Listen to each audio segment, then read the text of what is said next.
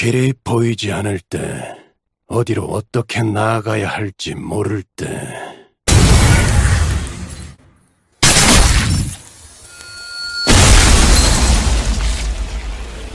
그래서 겔잡이가 있는 겁니다. 딴테.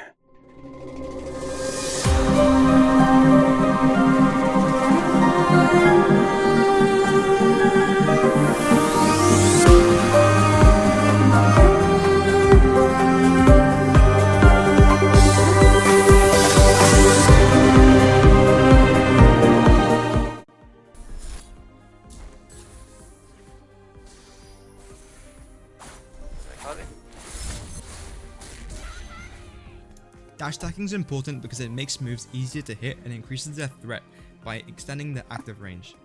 The active range of a move is the distance at which a move becomes an immediate threat to the opponent. As you can see, Rise and Swallow is sort of like a grab. Its active range is quite small and is all around a circle in front of you. By dash stacking Rise and Swallow, you increase the range by around 1 Q dash length, which is quite big and allows you to go behind block to pick people up. On top of dash stacking, you can also dash jump stack. Dash jumping brings you further than a normal Q dash, and it serves as a mix-up for opponents that are familiar with normal dash stacks.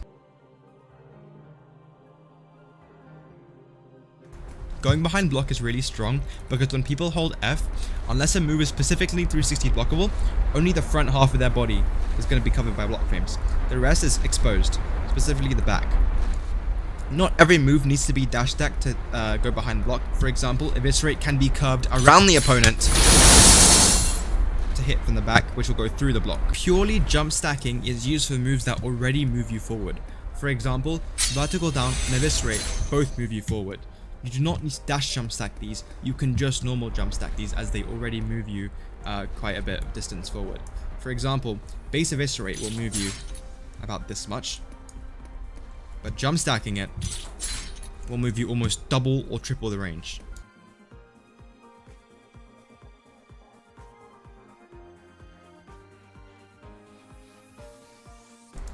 Due to the recent buffs of Kendo from the last patch, Sukuwari now has a true combo with Rise and Swallow. Here I have a true combo dummy that will parry after any sort of stun, and you can see here that my combo will be all red. I am doing this with a buffer, so make sure to have that on when you do this.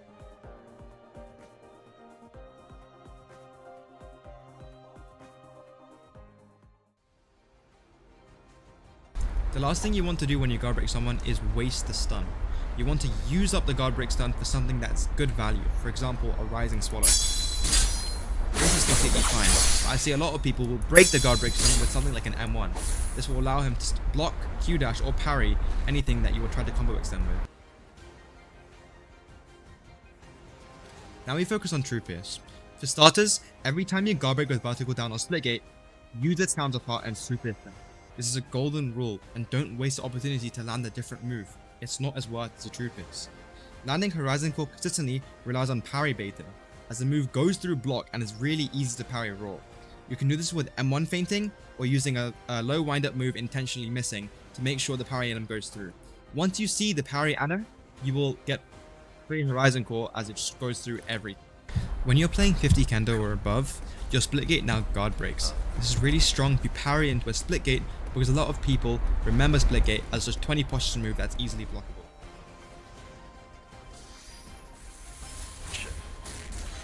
A lot of people will use Flower Passage sort of head on, like straight. It's really easy to parry. It does guard break, but it's really easy to parry.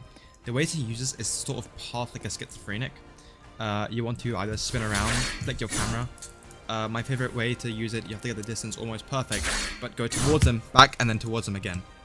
That way they'll get that parry based on the first one, and then on the way back you either guard break or get the hit confirmed. On top of this, you can also flick one of the follow-ups down somewhere else and then hit the second one to bait a parry, because the follow-up are quite easy to parry. And one of my favorite feints is to let both of them miss into a Horizon Core, because a lot of good players know the initial flick into hit, and so they'll instinctively parry the second follow-up. But because I miss it, I get a free parry bait, Horizon Core, and now I have the threat of a True Pierce whenever I want, essentially.